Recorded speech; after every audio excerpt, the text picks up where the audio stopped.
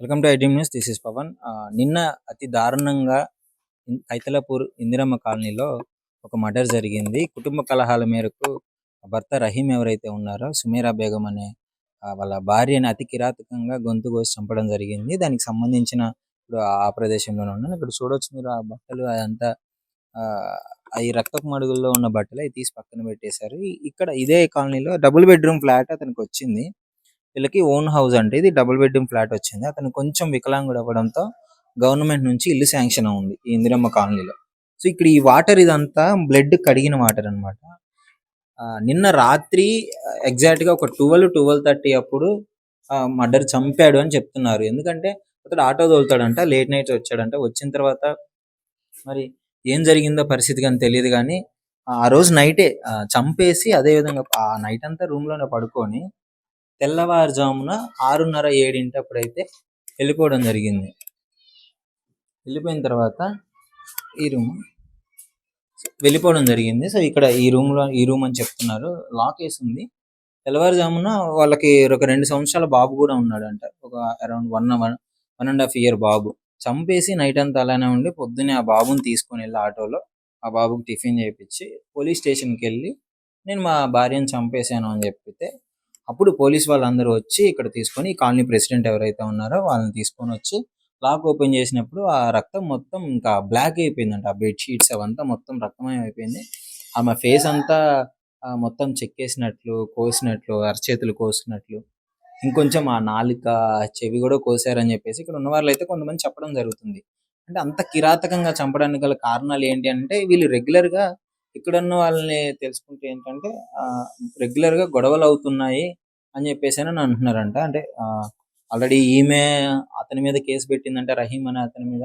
సుమేరా బేగం అనే ఆమె కూడా రహీం మీద కేసు పెట్టండి. రహీం కూడా టార్చర్ పెడుతున్నారు, మా అత్త మామలు తను టార్చర్ పెడుతుందని ఆల్రెడీ కేసులు ఉన్నాయంటే ఇద్దరి మీద గొడవలు జరుగుతున్నాయి. అదే తరహాలో అనుకున్నారు అందరు స్థానికులు కూడా. సో ఆ తర్వాత తెలిసింది ఆ రోజు నైటే చంపేసాడు అని చెప్పేసి. చంపి అతనే వెళ్ళి లొంగిపోయాడని తెలిసింది. సో ఇక్కడ కాలనీ వాసులు కూడా ఒకసారి మీకు క్లియర్ గా అర్థమయ్యేలా చెప్తారు. సో వాళ్ళని కూడా అడిగి తెలుసుకునే ప్రయత్నం చేద్దాం. కాలనీ వాసులు కూడా ఉన్నారు, ఒకసారి వీళ్ళని కూడా అడిగి తెలుసుకుందాము. అక్క ఏం జరిగింది అసలు ఆ రోజు? అంటే మీకేం తెలుసో చెప్పండి. మాకైతే మేము మార్నింగ్ 7:30కి పనికి వెళ్ళిపోతున్నాము.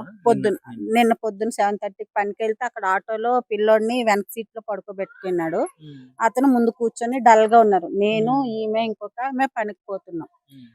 వెళ్తూ మళ్ళా ఎందుకో అతనికి చేయికి దెబ్బ ఉంది, కర్చీప్ ఉంది, చేతికి కర్చీప్ ఉంది.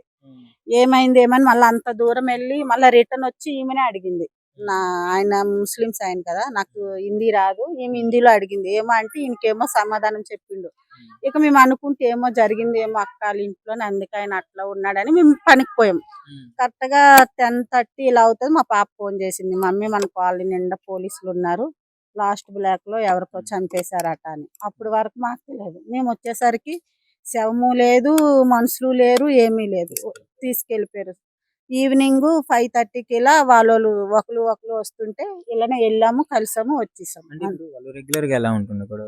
ఆ విషయం అయితే మాకేమీ తెలియదు అన్న. ఎందుకంటే మేము ఉండేది ఈసేవరికి, వాళ్ళు ఉండేది ఆసేవరికి. కాకపోతే ఆ పిల్ల మాత్రం ఇంత అప్పుడు నుండి ఇక్కడే ఉంది, తిరుక్కుని పిల్లలతో పాటు ఆడుకొని అగోండి అక్కడ మసీదు ఉందా అది కడిగి పూజ చేయడం అన్ని చేసేది.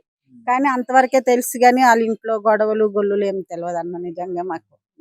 ఎందుకంటే మేము ఈ సేవరికి ఆమె ఆ సేవరికి.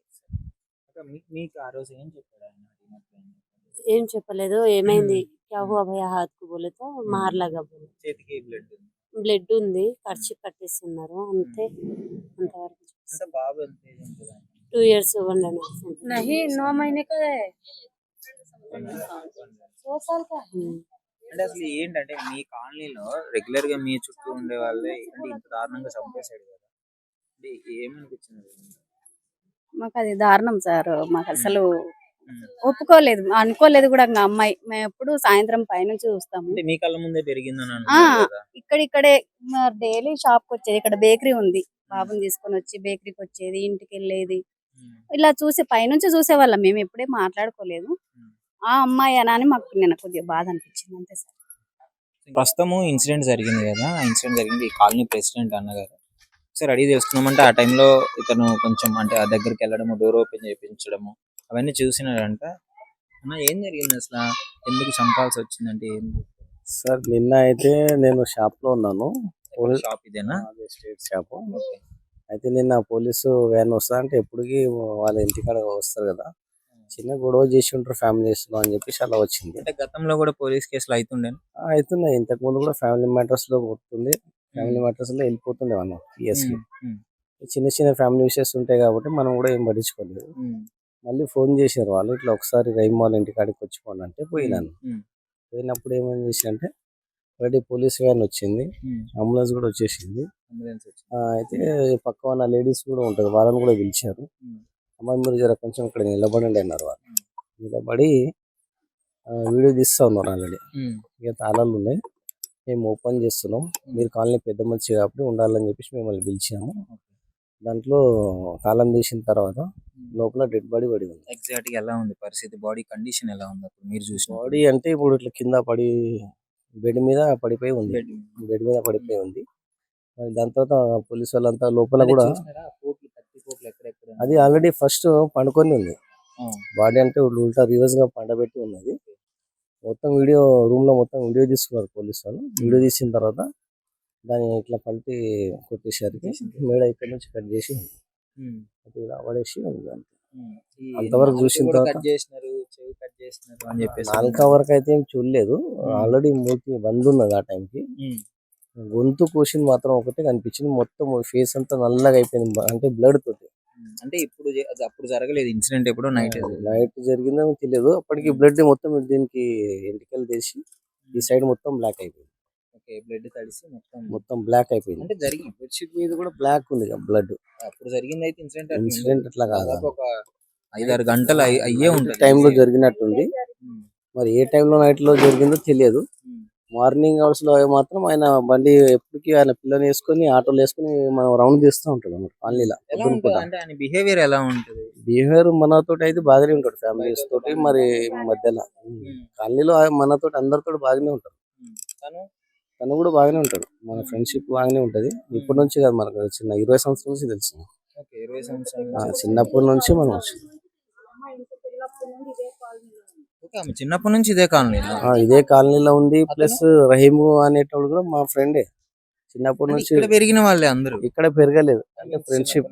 మనకు ఇల్లు వచ్చింది కదా ఇంద్రమ్మ, అప్పుడు మన వికలాంగుల సొసైటీలో ఉన్నాం కాబట్టి అట్లా ఫ్రెండ్షిప్ లో తెలుసు. మీటింగ్ ఏదైనా ఉంటే వాళ్ళు వచ్చి మేము కలుస్తుండే. అలా మన గ్రూప్ నుంచి, మనకు హ్యాండిక్యాప్ గ్రూప్ నుంచి వికలాంగుల అందరికి ఇల్లు ఇచ్చింది. ఆ టైం నుంచి మనకు పరిచయం అవుతుంది. గోరబండలో ఉంటారు. మరి ఏంటి ఇంత సడన్ గా, అంటే అంత కిరాతకంగా ఒక మహిళను చంపారు? వాళ్ళ ఫ్యామిలీ మ్యాటర్స్ లో ఏం జరిగిందో, మరి అత్త ఉంటది, వాళ్ళ మరదలు వస్తుంటారు, ఈ విషయంలో ఏం అయిందో మనకైతే పర్సనల్ తెలియదు. అతని పేరు రహీం. రహీం. అయితే దీని విషయంలో అయితే 2-3 సార్లు అయితే పిఎస్ కి అయితే వెళ్ళడం జరిగింది.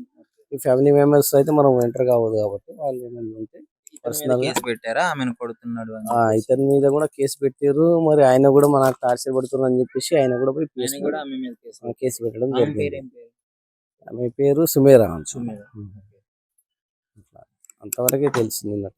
డోర్ ఓపెన్ చేయగానే రక్తపు మడుగులా అంతా వెంటనే పోలీసు వాళ్ళు వెంటనే తీసుకొచ్చి అంబులెన్స్ లో వేసుకొని వెళ్ళిపోయింది పోస్ట్ మార్టం. ఎవరికి తెలియదు అసలు. ఫోన్ చేసి ఎప్పుడు లొల్లి చేస్తూ ఉంటారు కదా, అలా ఆ ప్రకారం పెట్రోలింగ్ వచ్చి ఉంటుంది అని చెప్పి వాళ్ళు పక్క వాళ్ళు పిలిచిర్రు, రండి మీ గురించి ఆగారంటే నేను వెళ్ళాను. వాళ్ళ చుట్టాలు కానీ ఆ టైంకి ఎవరికి తెలియదండి, చుట్టాలు కూడా రాలేదు, తర్వాత కూడా రాలేదు. మళ్ళీ ఇక్కడ నుంచి అయిన తర్వాత మాకు పిఎస్ కి పిలిచారు, సిగ్నేచర్స్ మీరు విట్నెస్ గా ఉన్నారు కాబట్టి పిఎస్ కి రమ్మని చెప్పారు. మేము పిఎస్ కి పోయినాం. పిఎస్ నుంచి మళ్ళీ సిగ్నేచర్ విట్నెస్ తీసుకున్న తర్వాత నేను ఇంటికి వచ్చిన తర్వాత మళ్ళీ అక్కడి నుంచి వచ్చే వరకు వాళ్ళు సాయంత్రం అయింది. వాళ్ళు పోస్ట్ మార్టం తీసుకొచ్చే వరకు 6-7కి వచ్చింది. ఒక చిన్న బాబు ఉంటాడు, సంవత్సరం దాకా. చంపేశాడు కదా, అసలు ఏం జరిగింది మీకేం తెలుసు? మాకేం తెలియదు ఆయన. అంటే రెగ్యులర్ గా వీళ్ళు గొడవలు పడుతుండేనా? ఎన్ని సంవత్సరాల నుంచి ఉంటున్నారు ఇక్కడ? ఏమో ఇద్దరు ఆల్మాలు కొట్లాడుకుంటుండ్రు. ఆల్మాలు భార్య భర్తలు అంత గొడవలు ఉంటాయి. గొడవలు ఇంత పెద్ద గొడవ అయింది కదా నైట్, మీకేమన్నా వినిపించిందా? మాకేం వినవాడలే నాయన, మేము ఆ ఇంట్లో ఉంటాం దూరం. ఎప్పటి నుంచి ఉంటున్నారు వాళ్ళు ఇక్కడ? వాళ్ళ ఇల్లు సొంతమే, వానికి ఇల్లు వచ్చింది, కుట్టోడు ఉన్నాడు, గవర్నమెంట్ ఇచ్చింది. గవర్నమెంట్ ఇచ్చింది. ఆయన హ్యాండిక్యాప్. అవునా? కుంటోడు ఆయన ఒక కాలు ఇట్లా కుంటి కుంటి నడుస్తాడు. కాలు కొంచెం తేడా ఉంటుంది. ఉమ్. మరి ఏంటి ఒక బాబు అని కూడా చెప్తున్నారు. అంత కిరాతకంగా చంపడానికి ఏం ఏం చెప్పుకుంటున్నారు? చంపడానికి రీజన్ ఏమన్నా ఉందా? మాకేం తెలియదు మళ్ళీ ఆడు ఎట్లా చంపిండో ఏం చంపిండో ఉమ్. ఆనకే తెలియాలి ఆ పిల్లకే తెలియాలి అంటే ఇది కోసినారు, నాలుగు కూడా కోసినారు అని చెప్తున్నారు. అనుకుంటున్నారు. నా ఫోన్లలో ఇట్లా నాలుకే కోసిండు ఉమ్. ఇదంతా కోసిండ్రు అని ఆ ఫోన్లో మందికి చెప్తున్నారు వాళ్ళు. అందరూ ఆ, అంటే ఇప్పుడు చంపి అతనే వెళ్ళాడా? అతనే వెళ్ళిండు కూకుడుపల్లికి. చంపేసి చంపేసి తాళం వేసుకొని పోయిండు. ఇంటికి తాళం వేసి ఆ. వెళ్ళాడా? బాబు బాబు ఆయన ఎంబడే ఉన్నాడు. అర్రే. ఛെ. ఆ, ఆయనకి ఏమన్నా తినబెడతాడు. ఆమె పొద్దెక్కిన దాకా లేవకపోతుండే 10 గంటల దాకా. ఆ. ఆయనకి వండకపోతుండే పెట్టకపోతుండే ఏం కోపం పెట్టుకున్నాడు వాడు. గొడవలు అవుతుంది ఇద్దరికి. నైట్లో వస్తే ఉమ్. ఆ, ఏమంటారు తలుపు తీయకపోతుండే నాడు. తాగి వచ్చాడా ఆటోలో ఇతను? ఆటోలే తాగొచ్చి తాగని మనకు తెలియదు నాయన. ఓకే. ఆడు తాగకపోతుండే ఉమ్. మనకు ఏం తెలియదు. చేస్తాడు ఇతను? ఏం చేస్తాడు? ఆటో నడిపిస్తాడు. ఆటో నడిపిస్తాడా? ఆ. ఓకే. ఆటో నడిపించి వస్తుంటే గొడవ అవుతుండే. ఏం గొడవ పడుతుండేనే ఏమో మాకు తెలియదు. ఉమ్. కానీ చంపడం మాత్రం కరెక్ట్ కాదు కదా. ఇప్పుడు ఉమ్. ఏదైనా ఉంటే విడిపోవాలా, ఇంటికి పంపించుకోవాలా? కుకట్పల్లిలో మళ్ళీ కేసు కూడా ఉంది అతని మీద, పాత కేసు అని కూడా అన్నారు కదా. ఉన్నది కేసు ఉన్నదంట. మొన్న ఇవన్నీ దెబ్బలు తగిలినాయి ఆమెకి. ఆమెకా? ఆమెకు ఉస్మానియాలో అన్ని పట్టీలు వేసుకున్నది. ఒక నెల తల్లిగెత్తానో వెళ్తానో ఉండి మళ్ళీ వచ్చి తోలిపోయింది. ఇతనే కొట్టాడా? ఇతనే కొట్టింది. ఉమ్. చూపించింది నాకు ఇట్లనే కూర్చుంటే ఆటో మీద పోతున్నారు. ఓకే. ఇక చూడమ్మా ఇదంతా కొట్టిండు నా బిడ్డ తీసుకుపోయి ఉస్మానియాలో ఈ పట్టి కట్టుకొచ్చిందని చూపించింది ఆ పిల్ల. మరి ఇంత కిరా